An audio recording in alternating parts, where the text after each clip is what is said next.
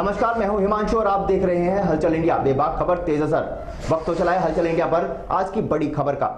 त्रिस्तरीय पंचायत चुनाव के तीसरे चरण के मतदान की तैयारियां जोरों शोरों से की जा रही हैं। हर तरफ प्रत्याशी अपने मुद्दों को लेकर ग्रामीणों के बीच जा रहे हैं और उनके पक्ष में मतदान करने की अपील कर रहे हैं। हलचल इंडिया के खास कार्यक्रम ग्राम चौपाल के तहत आज हमारी टीम ने जनपद शामली की कई ग्राम पंचायतों और जिला पंचायतों का भ्रमण किया और यहाँ पर प्रत्याशी और जनता से बात की। शामली के जिला पंचायत वार्ड 2 से सदस्य पद के प्रत्याशी शादाब अजीज कासमी से हमने बात की और उनकी प्राथमिकताओं को जाना, जहाँ उन्होंने बताया कि उनकी पार्टी SDPI भूख और खौफ से आजादी के नारे के साथ चुनाव मैदान में है और उनका एजेंडा क्षेत्र के गरीब लोगों को उनका हक दिलाना है ताकि वह खुद को इस देश का आजाद नागरिक महसूस करें और देश की तरक्की में भागीदारी करें। उन्होंने कहा कि उनकी पार्टी के जितने भी प्रत्याशी हैं वे गाँव की मूलभूत सुविधाओं के साथ साथ अधिकारों की लड़ाई भी लड़ रहे हैं।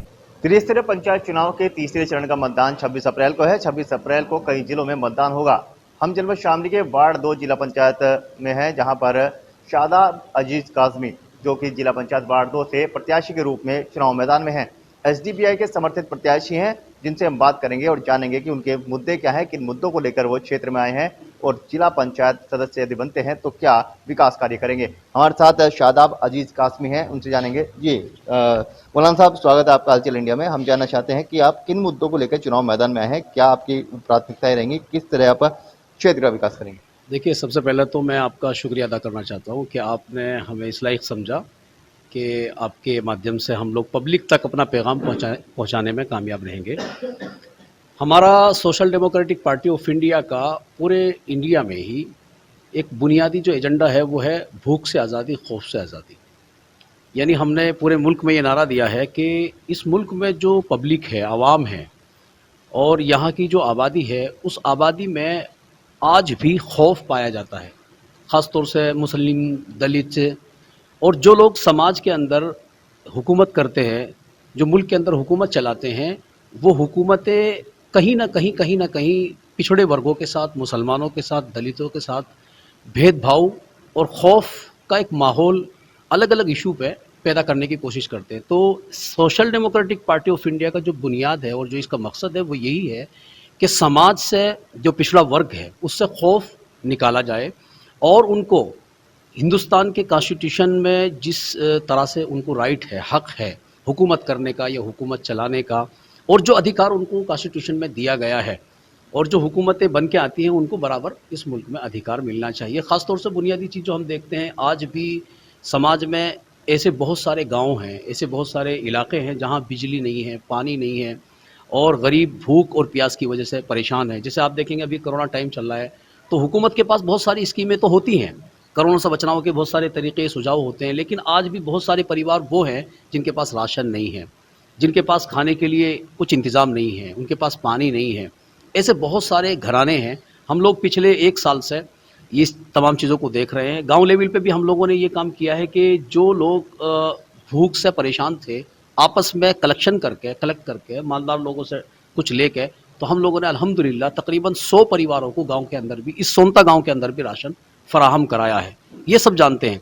और दूसरी बात यह है कि खुद एतमादी की जो राजनीति है, भरोसे की, आज मुस्लिम समाज हो या कोई दूसरा समाज, अपनी लीडरशिप के ऊपर जो एतमाद उन्हें होना चाहिए था वो नहीं रहा। उसकी वजह यह है कि उनके जो मुद्दे हैं वो इलेक्शन टू इलेक्शन होते हैं, बाद में वो 5 साल के बाद 5 साल तक नज़रअंदाज रहते हैं, मुलाकात भी नहीं होती, वो फील्ड में आते भी नहीं, और इसके साथ साथ जो उनकी ज़रूरी और बुनियादी ज़रूरत है, सहूलत हैं जो मिलनी चाहिए, वो मिलती ही नहीं उनको। तो एक तरह से लीडरशिप में या क़यादत में, या फिर आप ये कह लीजिए नेता में और पब्लिक में एक बहुत बड़ा गैप जो देखने को मिलता है। SDPI उस गैप को ख़त्म करने की कोशिश कर रही है।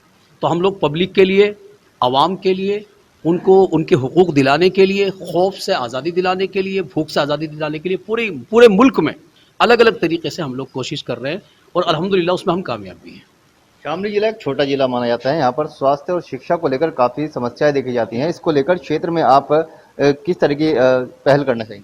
देखिए, सबसे पहले तो जो भी लीडरशिप में, जो भी जिम्मेदारी में आएंगे, अगर हम लोगों को ये मौका मिलता है तो सबसे पहले हम लोग एक सर्वे रिपोर्ट लेंगे कि हमारे क्षेत्र में जो गाँव हैं, उन गाँव में जो एजुकेशन की समस्या है उसका जो ग्राफ है, घटा हुआ ग्राफ, वो कितना है और कहाँ कहाँ ये प्रॉब्लम्स ज़्यादा हैं। क्योंकि मुख्तलिफ तरीके की प्रॉब्लम होगी। एक बच्चा स्कूल इसलिए नहीं जाता कि उसके पास फीस नहीं है, एक बच्चा कॉलेज इसलिए नहीं जाता कि उसके घर में तालीम के बारे में अवेयरनेस नहीं है, एक बच्चा तालीम इसलिए नहीं हासिल कर पाता कि उससे स्कूल बहुत दूर है, तो मुख्तलिफ तरीके की अलग अलग तरीके की समस्या होगी एजुकेशन को लेकर। तो सबसे पहले हम लोग जो है उस सर्वे रिपोर्ट के ऊपर काम करेंगे, उसके बाद जो मुनासिब होगा, ख़ासतौर से गवर्नमेंट के बहुत सारे प्रोजेक्ट हैं, उसको भी मतलब जो है हम लोग जो है उससे भी ताउन लेके, या गवर्नमेंट के अच्छे अच्छे एजुकेशन के ऊपर जो प्लान हैं उनसे मदद लेके भी हम लोग काम करेंगे। तो इस तरीके से इस पढ़ा लिखा जो तबका है, जो ख़ासतौर से स्टूडेंट है, उनकी राय भी उसमें बहुत ही मायने रखती है एजुकेशन को आगे ले जाने में। क्योंकि अगर आज हम अपने तरीके से कुछ काम करना चाहते हैं तो जाहिर सी बात है हम उस लेवल तक नहीं पहुंच सकते जो एजुकेशन हासिल करने वाले बच्चे के डायरेक्शन या उसकी सोच या उसके नज़रियात होते हैं। तो इस माना कर जो है हम लोग जो है उनसे मदद लेके एजुकेशन के फील्ड में अच्छे तरीके से काम करें। कोरोना महामारी का दौर है, लगातार कोरोना महामारी भी चल रही है, लगातार यहाँ पर केस भी बढ़ रहे हैं, शामली भी बढ़ रहे हैं और मुजफ्फरनगर और आसपास के जितने जिले हैं वहाँ पर केस लगातार बढ़ रहे हैं। आज भी 3 लाख से ज़्यादा केस हैं, लेकिन स्वास्थ्य सेवाएं बिल्कुल बदहाल हैं। इसको लेकर किस तरह की आप चाहते हैं कि क्षेत्र के लोगों को सुविधा मुहैया हो और उन्हें अच्छा इलाज मिले? क्या होना चाहिए इसके लिए? देखो, सबसे पहले तो अगर कहीं पे आम पब्लिक में ये जो सुविधाएं, पब्लिक की अगर शिकायत है कि सुविधा नहीं है, तो इसकी जिम्मेदार हुकूमत है। क्योंकि आज भी हम देखते हैं कि जब कोरोना महामारी में पब्लिक बहुत ज़्यादा परेशान है, तो गवर्नमेंट को चाहिए या डिस्ट्रिक्ट जो हमारा प्रशासन है उसको चाहिए कि कहीं ना कहीं जहां आवाम तक पहुंचने में वो सुविधा में नाकाम है, तो वो पब्लिक से ताउन ले उसके बारे में, और पब्लिकली जो है मतलब वो वहाँ तक पहुँचने की कोशिश करें जहाँ तक वो सुविधा नहीं पहुँच पा रही। अभी अगर कोरोना महामारी में जो चीज़ें मतलब गवर्नमेंट की तरफ से मिलती हैं, सैनिटाइज़र वगैरह या दूसरे साबुन वगैरह या सफाई सुथराई की जो चीज़ें हैं या दवाई वगैरह की चीज़ें हैं, तो उसमें हुकूमत के इदारे जो हैं उनको चाहिए कि कम से कम उन लोगों का सपोर्ट लें जो ज़मीनी स्तर से जुड़े हुए लोग हैं, या उन तक पहुंचने के लिए उनको मतलब आसानी से वो पहुंच सकते हैं वहाँ पे, तो उनकी मदद लेनी चाहिए। और जो समस्या आ रही हैं वो आनी नहीं चाहिए कि वो, क्योंकि फर्स्ट प्रायोरिटी ये हुकूमत की है, फर्स्ट जिम्मेदारी हुकूमत की है कि हुकूमत को ये काम करना चाहिए, और बाकी आम पब्लिक से भी उसका ताउन लेना चाहिए। और अल्हम्दुलिल्लाह हम देख रहे हैं कि ख़ासतौर से मुस्लिम इलाके, जो मुस्लिम बहुल्य इलाके हैं, या इसके अलावा दलित बहुल्य इलाके हैं, या इसके अलावा और कोई सी भी कास्ट है, तो मैं ये समझता हूँ कि आवाम की तरफ से पूरा का पूरा सपोर्ट कोरोना महामारी से बचने के लिए मुकम्मल हुकूमत को मिल रहा है। इसमें कोई दो राय नहीं है। लोग अपनी तरीके से सहूलत के हिसाब से अपनी ज़रूरत भी 2 दिन 4 दिन पहले, अभी लॉकडाउन लगा 2 दिन का, तो इसमें भी लोग 2 दिन पहले अपनी ज़रूरत पूरी कर रहे हैं। इसका मतलब क्या है कि वो हुकूमत को कोऑपरेट कर रहे हैं, हुकूमत को सपोर्ट कर रहे हैं, और कोरोना महामारी से बचने के लिए हर मुमकिन कोशिश कर रहे हैं। ये होना भी चाहिए। अच्छा, 26 अप्रैल का मतदान है, जनता से क्या अपील करना चाहेंगे आप? देखिए, सबसे पहली चीज़ तो ये है कि हम जनता से ये कहना चाहेंगे, और हमारा जनता से ये अपील है कि इस वक्त जो हमारा चुनावी मुद्दा है वो बुनियादी ये है कि जो लोग चुनाव जीत के आते हैं, जीत के आने के बाद वो लोग ज़ाती अपने स्वास्थ्य के लिए, अपने फ़ायदे के लिए राजनीति करते हैं, यानी कैरियर बनाने के लिए वो लोग राजनीति करते हैं। यानी वो ये चाहते हैं कि जब हम इस पावर में आ जाएंगे, जब हमें पोस्ट मिल जाएगी, तो वो उसका मिसयूज़ करते हैं, गलत यूज़ करते हैं। हमारा एसडीपीआई का जो बुनियाद है या एजेंडा है वो यही है कि हम लोग कैरियर की राजनीति नहीं कर रहे, बल्कि हम लोग पब्लिक की राजनीति कर रहे हैं, हम लोग खिदमत की राजनीति कर रहे हैं। आप देखेंगे कि एसडीपीआई के जितने भी कार्यकर्ता जहां जहां से भी जीत के आते हैं, या फिर वो अगर जीत के भी नहीं आते लेकिन पूरे साल वो फील्ड में रहते हैं। कोरोना महामारी में जितनी तदफीनें, चाहे वो हिंदू हो या मुसलमान हो, एसडीपीआई के कार्यकर्ता ने अलग अलग स्टेटों में की है, किसी ने नहीं की है। हमारा भी बहुत बड़ा रिकॉर्ड है इस मुल्क में, कर्नाटक में, तमिलनाडु में, केरला में, ये दूसरे स्टेटों में। इसी तरीके से हमारा जो कैडर है शामली में या मुजफ्फरनगर में, जहाँ जहाँ पर भी है, तो कोरोना महामारी में जितने भी लोग भी मतलब जो है शिकार हुए हैं, हमारी उनकी तरफ से या उनको देने के लिए जो भी मदद होगी, हम बतौर खिदमत के इस राजनीति को कर रहे हैं। अगर जनता ने हमें मौका दिया तो हम उनकी खिदमत करेंगे, उनकी हर तरह से उनकी मदद करेंगे, उनका ताउन करेंगे। यह है हमारा पब्लिक से एक पैगाम कि आप अच्छे लोगों को चुनें। और सबसे बड़ी चीज़ क्या है कि जिनकी फ़िक्रें अच्छी हो, जिनकी सोच अच्छी हो, जो खिदमत का जज्बा रखते हो, उनको ही पब्लिक को सपोर्ट करना चाहिए, उनको मैदान में आगे लाना चाहिए। यही है हमारा। बिल्कुल, राजनीति को करियर ना बनाकर सेवाओं की तरफ ध्यान देना चाहिए। सेवा के तौर पर, खिदमत के तौर पर अपने चुनाव में मुद्दे रखने चाहिए। इनको लेकर हमारे बीच थे एसडीपीआई से समर्थित प्रत्याशी वार्ड 2 जिला पंचायत सदस्य शामली से मौलाना शादाब अजीज कासमी, हलचल इंडिया से इकराम राणा और साफ अहमद के साथ हिमांशु पाल। शामली के वार्ड 2 जिला पंचायत सदस्य पद के लिए उम्मीदवारों की जद्दोजहद लगी हुई है। सभी मतदान को लेकर जनता के बीच जा रहे हैं। हमारे पीछे कुछ लोग मौजूद हैं जिनसे जानेंगे क्या उनके मुद्दे हैं, किन मुद्दों को लेकर वो अपना जिला पंचायत सदस्य पद का प्रत्याशी चुनने जा रहे हैं। जी भाई साहब, आपका नाम? मेरा नाम तमीमदारी है। ये जो इस तरह की तंजीम है, पार्टी है, उनका सपोर्ट करना चाहिए।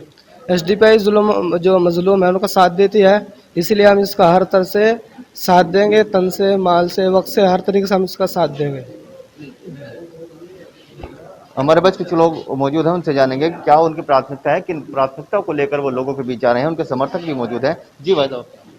देखिए, असल में क्या है, ये जो एसडीपीआई पार्टी है, social democratic party of India, ये ज़मीनी स्तर पर काम करती है, लोगों के दरमियान रहती है। तालीम का मामला हो, इसी तरीके एजुकेशन का मामला हो, इसी तरीके से जो कैंडिडेट का मामला है, जो कैंडिडेट मौलाना शादाब साहब चुने हैं, ये कोई ऊपर से चुन के नहीं आए, बल्कि हमारे एक कैडर ने, हमारे एक लोगों ने मशवरा करके मौलाना शादाब साहब को एक सपोर्ट किया, उनको उठाया और अल्हम्दुलिल्लाह वो इस मैदान में आए। क्योंकि हर कैंडिडेट होता है, हर कैंडिडेट का एक अलग अपना नज़रिया होता है, लेकिन मौलाना शादाब साहब एक तरह नहीं है, बल्कि उनके पीछे एक जमात है, और जिसके पीछे जमात होती है वो भटक नहीं सकता। उनकी राय भी अच्छी होती है, वो अच्छे काम करता है। तो हमें अल्हम्दुलिल्लाह भरोसा है और विश्वास है इस चीज़ के कि अल्हम्दुलिल्लाह मौलाना जीत के भी आएंगे और मौलाना गाँव के लिए, इस वार्ड नंबर 2 के जितने भी गाँव आते हैं, इनके सबके लिए विकास करेंगे। जो भी जिस स्तर पर विकास होगा उसका पूरे सर्वे करके अल्हम्दुलिल्लाह विकास करेंगे, इस पर भरोसा है हमें। कुछ ग्रामीण और मौजूद हैं, उनसे जानेंगे युवा हैं और क्या वो चाहते हैं अपने क्षेत्र में, किस तरह का विकास चाहते हैं। जी आपका नाम? जी, मेरा नाम मोहम्मद सलीम है। सलीम जी, बताइए क्या चाहते हैं, क्षेत्र में क्या होना चाहिए? जिला पंचायत सदस्य पद के लिए चुनाव है, वोट देंगे आप, क्या चाहते हैं आप? देखिए जी, सबसे पहले बात जो है विकास बात की इंसान विकास है, और हमारे देश हमारे जो इधर से जो वार्ड नंबर 2 से जिला पंचायत में ये हमारे एसडीपीआई से मौलाना शादाब साहब कासमी जी उम्मीदवार हैं।